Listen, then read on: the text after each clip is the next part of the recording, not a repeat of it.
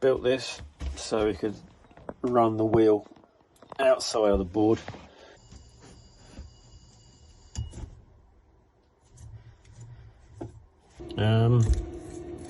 That was really easy to do.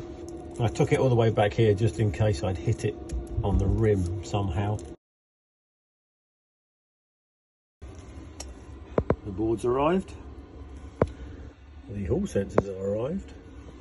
Now to swap them over and see if we can solve the problem.